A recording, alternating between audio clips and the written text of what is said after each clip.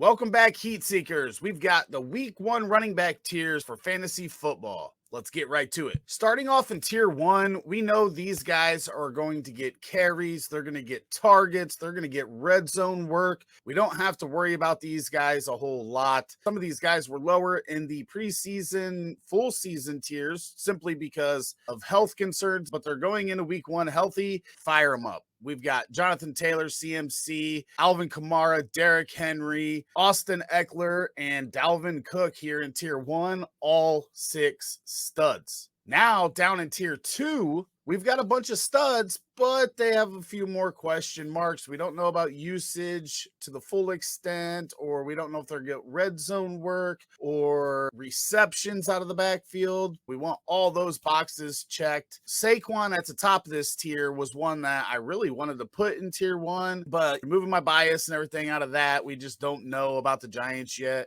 And as much as I love the talent, we got to see that improvement from that offense a little bit before moving him up to 1. Is Joe Mixon going to get 4 or 5 targets per game? Because he could move up to tier 1. If so, DeAndre Swift, can he get 15 carries per game? That could move him up because we know he's going to get the work in the passing game. Najee Harris is only in this tier because of his Liz Frank injury. We already know they were inefficient running the ball last year, but he caught a lot of passes. Are we going to see that same work? And how is that foot going to hold up even on a week-to-week basis? We got to see that first. Javonte, Aaron Jones, and Ezekiel Elliott all have other guys in their backfield that look to be heavily involved in one way or another. So we've got AJ Dillon taking carries from Aaron Jones. We've got Pollard taking passing work away from Zeke. We've got Melvin Gordon getting a mix of both from Javonte. At least that's the assumption right now. All 3 of these guys could be high tier 2, maybe even back in tier 1 guys in future weeks, depending on how that usage pans out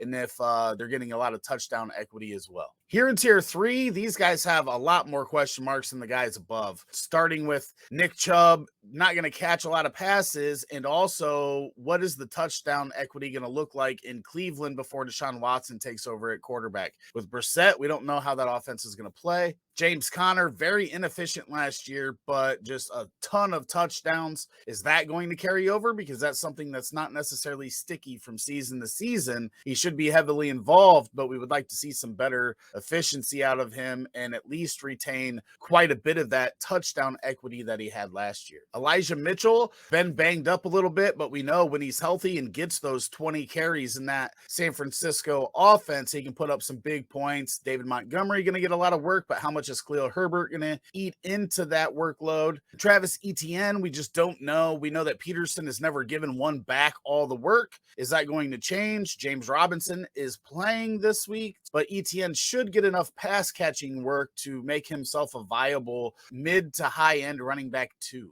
Moving on to tier 4. Now, these guys don't typically have the upside on a week-to-week basis, but they've got some talent, but a lot of question marks surrounding them. Cam Akers, how much of the work is he going to get? Is he going to be more efficient than when he came back last year? He did have to face a lot of tough defenses in that stretch. Rashad Penny, can he stay healthy? How's that offense going to be? Finished last year just fantastic, but can he carry that over into 2022? That's yet to be seen. Kareem Hunt, same issues as Nick Chubb with the touchdown equity and what is that offense going to do, though Kareem Hunt could find himself catching a lot of passes out of the backfield. That could move him up. Obviously, we know he's a really good runner and a really good pass catcher. The rest of these guys, we just don't know. Dameon Pierce is at the back of this tier, could end up moving way up, but I'm taking my expectations and keeping them low until we see it when the lights come on. We've seen a lot of guys do great in camp and in preseason and then get into the season and not produce how was expected. So just keeping my expectations a little bit low. He's been overvalued, I think, over the past couple weeks. But if it all pans out, it could pay off big time, and he could be a mid to high end running back too. Down here in tier 5, if you saw my short yesterday, J.K. Dobbins, I just don't want to start him yet. He was reported to be limping last week. He can say all he wants about how he can't do anything and tweet out this and that and whatnot. But until we see him healthy, that was a serious injury that he had last year. It's great that he's going to be back, but how much work are they going to give him? Are they going to ease him in? There's a lot of question marks. Dameon Harris and Ramondre finish out this tier list, and they're here because we just don't know exactly how this split's going to go. But it seems like Dameon Harris is going to lose some touches to Ramondre. Ramondre may be the third down back, but we just don't know. And if one of these guys ends up with the majority of the touches on a week-to-week basis, they will move up. But right now, I want to see how that plays out. I think that Ramondre by midseason is going to be the guy. I just think he's all around better runner and pass catcher out of the backfield.